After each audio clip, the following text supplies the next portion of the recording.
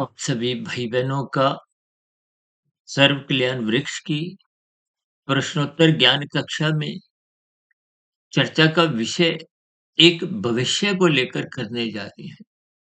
देखिए, एक साधारण मनुष्य का एक लक्ष्य हर क्षण बना रहता है कि मेरा भविष्य सुंदर हो। सुंदर का अभिप्राय सुखमय स्थिति से है। सुखमय स्थिति का अभिप्राय एक आनंददायक स्थिति से है। लेकिन इन सभी स्थितियों के पीछे का जो एक आधार है, एक नींव है, उसको आप और हम ज्ञानपूर्वक समझते नहीं। देखिए, मनुष्य जीवन पाकर एक साधारण मनुष्य स्थूल शरीर के स्तर पर ही अपने जीवन को सुखमय बनाना चाहता है, क्योंकि मनुष्य स्थूल शरीर के स्तर पर ही अपनी भाग-दौड़ करता है। स्थूल शरीर के स्तर पर ही आपके हमारे जीवन में जो भौतिक शिक्षा की जो आरंभिक स्थितियाँ हैं, जीवन के लगभग 20 वर्ष। अब कोई भी मनुष्य जब जीवन के आरंभिक 20 वर्ष भौतिक शिक्षा में ही लगाता है, तो इसका अभिप्राय क्या?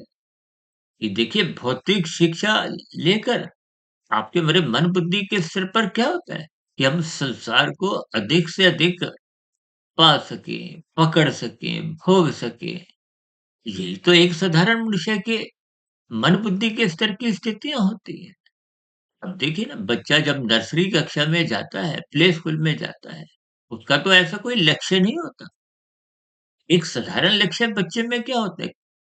खेल-कूद, मौज-मस्ती, यानी कि वो पदार्थों का सुख चाहता है, खिलौनों का सुख चाहता है।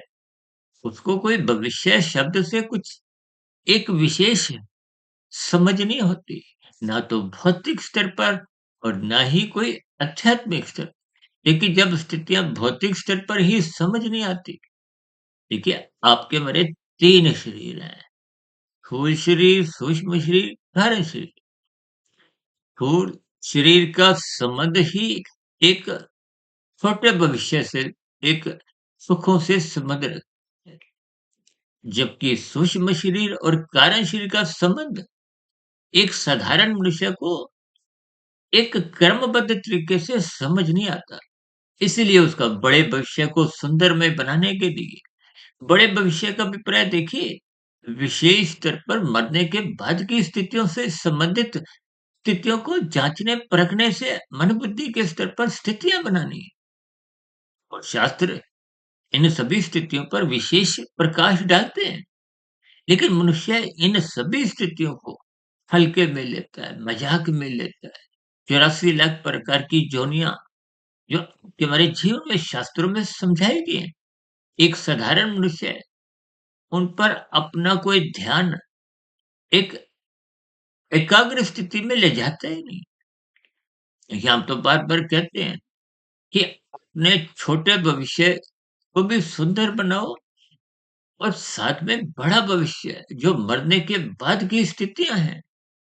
देखिए, जब हमने आपके परिवार में कोई नया सदस्य शिशु रूप में जन्म लेता है, उससे पूर्व गर्भाकाल की स्थिति होती है। अब गर्भाकाल की स्थिति में प्रवेश लेने वाली जो आत्मा है, देखिए, जब वो स्थूल शरीर का निर्माण करना आरंभ कर देती है, तो वो फिर आत्मा ही जीवात्मा बन जाती है। अब मुझे ध्यान आ रहा है, तकरीबन आज से तकरीबन सवा महीना पहले जब हमने ये सर्व कल्याण वृक्ष का आरंभ किया था, तो उन दिनों हमने जो प्रथम एक वीडियो प्रसारित की थी प्रश्नोत्तर ज्ञान कक्षा की, उसमें हमने प्रश्न ही यही रखा था कि आत्मा जाति का है। जाति का मतलब आती कहाँ से है, जाति कहाँ से है? देखिए, गर्भ में जो आत्मा प्रवेश करती है, वो कहीं कोई वेटिंग लिस्ट में नहीं होती। वो तो देखिए, कहीं न कहीं से कोई न कोई शरीर छोड़कर आप भाई-बहनों को हो सकता है ध्यान हो, तकरीबन साढ़े 4-5 वर्ष पहले हमने आध्यात्मिक ज्ञानात्मक चैनल सुधीर भाटिया फ़कीर के अंतर्गत एक बहुत बड़ा वीडियो पौने 3 घंटे का मनुष्य के मरने के बाद का अगला जन्म पर विभिन्न स्थितियों पर कर्माशय संस्कार यानी कि 3 शरीर, स्थूल शरीर, सूक्ष्म शरीर, कारण शरीर, इन सभी स्थितियों पर प्रकृति के 3 गुणों से जोड़ते हुए स्थितियों पर बहुत ही क्रमबद्ध तरीके से ज्ञान की कड़ियाँ जोड़ते हुए समझाया था। लेकिन अक्सर मनुष्य इन लंबी-लंबी वीडियो को देखिए सुनता नहीं है। मनुष्य तो चाहता है कि वो ये 2-4 मिनट की ही वीडियो में, हालाँकि हमारी देखिए कुछ वीडियो तो बहुत छोटी भी होती हैं, लेकिन फिर भी एक साधारण मनुष्य को एक छोटी वीडियो सुनने में ही एक रुचि होती है, क्योंकि मनुष्य अपना मिला हुआ समय अधिक से अधिक कहाँ बिताना चाहता है, उसका झुकाव कहाँ है, संसारी भोगों में।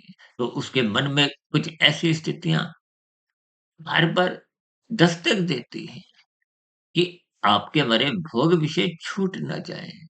मैं अन्य मनुष्यों की जो एक देखा-देखी मन-बुद्धि की स्थितियाँ बनती है संसार को पाने की, उनमें मैं कभी पीछे ना रह जाऊँ। आजकल तो देखिए भौतिक स्तर पर भी एक कॉम्पिटिशन प्रतिस्पर्धा का ज़माना है। लेकिन हम ये प्रतिस्पर्धा को भौतिक स्तर पर ही लेते हैं।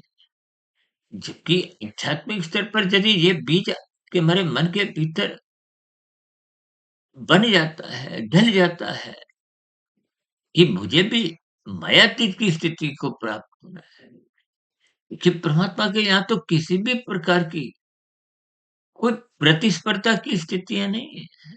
कोई वहाँ निश्चित पद नहीं है कि 100 पद ही खाली हैं, तो उसे अधिक 101 आने से को एक मायातीत की स्थिति नहीं मिलेगी। देखिए शब्दों की स्थितियों को आप समझो। अब उदाहरण के लिए देखिए, समुद्र के पास जल की कमी नहीं है। आप यदि एक कटोरी लेके जाते हो, तो सागर समुद्र आपको मना नहीं करता। आप यदि दूसरे की गिलास को देख के प्रतिस्पर्धा करते हो, तो समुद्र तो एक साधारण स्तर पर दार्शनिक भाव से क्या कहेगा कि आप अपनी पात्रता बढ़ाओ, आप पतीला लेके जाओ, आप बड़ा कोई कुछ भी देखिए, यानी कि समुद्र के पास जल की कमी नहीं है। ठीक इसी तरह परमात्मा तो देखिए अनंत स्वरूप सत्ता है। परमात्मा तो चाहते हैं कि देखिए आज तकरीबन मेरी ऐसी एक ज्ञान के अनुसार संसार में 950 करोड़ मनुष्य हैं। तो ये मनुष्य योनि से ही आप मायातीत की स्थिति को प्राप्त हो सकते हो। जन्म-मरण के बंधनों से मुक्ति पा सकते हो। यानी कि जो बड़ा भविष्य है, जिस भविष्य को लेकर आज हमने चर्चा आरंभ की है, उस चर्चा को देखिए परमात्मा अनंत स्वरूप सत्ता है। जबकि जिस माया का स्थूल शरीर आप पर हम लेकर घूम रहे हैं, उस स्थूल शरीर को ही आप पर हम सजाने में, सँवारने में, भोगने में लगा देते हैं और उसी के स्तर पर आप और हम भौतिक शिक्षा लेते हैं। देखिए भौतिक शिक्षा का जो महत्व है वो तो वर्तमान एक ज विषय को ही आप सुंदर बनाना चाहते हो ना, अच्छा पद चाहते हो, जब बुद्धि को विकसित करता हुआ अपनी कोई अच्छी दुकानदारी, व्यवसाय चलाना चाहते हो, कोई बड़ा औद्योगिक एक स्थिति प्राप्त करना चाहते हो। देखिए ये सब भौतिक स्थितियाँ हैं। इनका संबंध स्थूल शरीर से है। ऐसे कितने ही औद्योगिक घरानों के लोग आए और चले गए। यानी कि स्थूल शरीर मृत्यु के साथ जुड़ा हुआ है, बंधा हुआ है। ये 84 लाख प्रकार की योनियों का जो संबंध है, ये संबंध देखिए स्थूल शरीर के मरते ही अगली योनि का निर्धारण कहो तो कर्मों के आधार पे होता है। कर्मों का अभिप्राय कर्मफल सिद्धांत की स्थितियों के अनुसार होता है।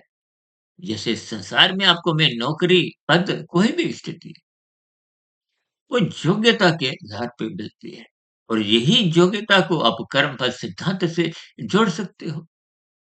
यानी कि मेरा आज की चर्चा का इतना ही एक विशेष आधार है कि आप अपने भौतिक भविष्य को भले ही सुंदर बनाएँ, शास्त्र भी इसको मना नहीं करते। यानी कि भौतिक स्तर पर सफल होने की स्थितियों में शास्त्र भी आपको में रोकते नहीं है। लेकिन जिस लक्ष्य के लिए आपको हमें जो मनुष्य योनि का एक अवसर मिला है, उस अवसर का आपको हमें सदुपयोग करना है। उस अवसर का यदि आप और हम अपने जीवन में महत्व नहीं दें, अब देखिए ना, अक्सर मैं उदाहरण देता हूँ कि खिलाड़ी जब खेल खेलते समय अवसर को खो देता है, तो ऐसे खिलाड़ी मैच हार जाते हैं। कमरा मिला हुआ जीवन भी कुछ ऐसी ही स्थितियों में है। यदि आप अपने मिले हुए जीवन में उस अवसर का, मनुष्य योनि के अवसर का लाभ नहीं लाभ उठाने का अभिप्राय आध्यात्मिक उन्नति से है। आध्यात्मिक उन्नति का अभिप्राय कर्म योग, ज्ञान योग, भक्ति योग की स्थितियों से है, या योगों की कार्यशैली शुद्ध करने की स्थिति से है। कार्यशैली के आधार पे ही अगली योनि का निर्धारण होता है, और अगली योनि का निर्धारण होने से पूर्व ये योनि छीन ली जाती है या मृत्यु आ जाती है। देखिए, आप परीक्षा में भी तो 2-3 घंटे की परीक्षा में जो उत्तर पुस्तिका में लिखते हो, उसके बाद आपको वो उत्तर पुस्तिका लौटानी होती है या छीन ली जाती है। देखिए, किन्हीं भी स्थितियों के शब्दों के अर्थ, भावार्थ आप समझिए। इसलिए मेरी आप सभी भाई-बहनों से हाथ जोड़ के विनती है कि मिले हुए जीवन का सदुपयोग करें। अभी कुछ दिन पहले ही हमने देखिए आध्यात्मिक ज्ञानात्मक चैनल सुधीर भाटिया फ़कीर में जो ब्रह्म मुहूर्त ज्ञान उपदेश कक्षा की एक वीडियो प्रसारित की थी। हाथों की एक स्थितियों को लेकर, उसमें देखिए हमने तामसिक स्थिति को कुछ हाथापाई, लड़ाई-झगड़े की स्थितियों से जोड़ा था, और व्यवसाय की स्थितियों से हाथ मिलाते हुए कुछ स्थितियों पर प्रकाश डाला था, और सात्विक स्थितियों को विशेष स्तर पर एक शिष्टाचार से, महात्मा से जुड़ते हुए, गुरु के आज्ञानुसार जीवन को व्यतीत करते हुए उन पर कुछ प्रकाश डाला। यानी कि मनुष्य जीवन पाकर तो हमें अपने जीवन का सदुपयोग करना। सदुपयोग का अभिप्राय, ये जो प्रकृति के 3 गुण, तमोगुण, रजोगुण और सतोगुण की स्थितियाँ हैं। तमोगुण से अच्छा तो रजोगुण है, रजोगुण से अच्छा सतोगुण, और सतोगुण की शुद्धतम स्थिति ब्रह्म मुहूर्त की है। ब्रह्म मुहूर्त का समय सूर्य निकलने से पूर्व के 2 घंटे 40 मिनट का है। इन सभी स्थितियों पर हम देखिए साधारण स्तर पर चर्चाएँ करते आए हैं। आज हमारा एक ही एक उद्देश्य रहा कि आप अपना बड़ा भविष्य सुंदर बनाएँ। उस बड़े भविष्य का अभिप्राय मरने के बाद की स्थितियों से है, परमात्मा को पाने का एक लक्ष्य की स्थितियों से है। यानी कि सर्वप्रथम आप और हम अधोगति की जो 80 लाख निकृष्ट तामसिक कष्टमय दंडमय योनि है, उनमें जाने से गिरे, उसमें जाने से गिरने का अभिप्राय पाप कर्मों से वर्तमान जीवन में भटके। अन्यथा कर्माशय बिगड़ जाता है, संस्कार बिगड़ जाते हैं। फिर कर्मफल सिद्धांत के अनुसार तो नीचे की योनियों में स्थिति जन्म लेने को बाध्य कर देती है। इसलिए अपने वर्तमान जीवन को सुंदर बनाने के लिए आप सर्वप्रथम कभी भी कानून का उल्लंघन नहीं करें, और शास्त्र विरुद्ध कभी भी कर्म नहीं करें। जहाँ तक संभव हो परोपकार के कार्यों में लगे, अपने कर्तव्य कर्मों का पालन करें। तो ऐसी सभी स्थितियाँ जब आप निरंतर अपने स्वभाव में बनाने लगते हो, मन बुद्धि के स्तर पर विचार बनने लगते हैं, तो फिर निश्चित रूप से आपका क्रमशः बड़ा भविष्य भी सुंदर बनने लगता है। कम से कम मनुष्य अधोगति की स्थितियों से बच जाता है। बार-बार उसको मनुष्य योनि का ही एक अवसर मिलता है कि हम अपनी साधना को, कर्म योग, ज्ञान योग, भक्ति योग की स्थितियों को मजबूत करें, आगे बढ़ती दें। ऐसी सभी शुभ स्थितियाँ सुंदर भविष्य की, जो बड़े भविष्य की हैं, वो काफ़ी सुंदर बने, आनंदमय बने, यानी कि वर्तमान जीवन भी आपका सुंदर बने, भौतिक स्तर पर बड़ा भविष्य भी कहीं भी बिगड़ने ना पाए। देखिए, बड़ा भविष्य विशेष स्तर पर सुंदर अवश्य बने, जिसके लिए आपको मैं मनुष्य योनि का एक अवसर मिला है। इन्हीं शुभकामनाओं के साथ चर्चा विशेष का यहीं विराम देते हैं। फिर भी वीडियो संबंधित कोई बात आपको तर्कसंगत सही नहीं लगी हो, मन में कोई प्रश्न उठ रहा हो, या आपके मन में कोई एक सुझाव की स्थितियाँ हो, या कही गई बातों पर आपकी किसी प्रकार की कोई आपत्ति हो, इन सभी स्थितियों का नीचे दिए गए कमेंट्स बॉक्स पर सदा ही स्वागत है। चर्चा विशेष का अब यहीं विराम देते हैं। आप किसी भाई-बंधु का भी कोई प्रश्न हो या मन में किसी प्रकार का कोई ऐसा विषय हर बार को दस्तक दे रहा हो, जिस पर आप कोई अपनी शंका का एक अर्थ जब भावार्थ समझना चाहते हो, तो आपके प्रश्नों का भी इस प्रश्नोत्तर ज्ञान कक्षा में स्वागत है।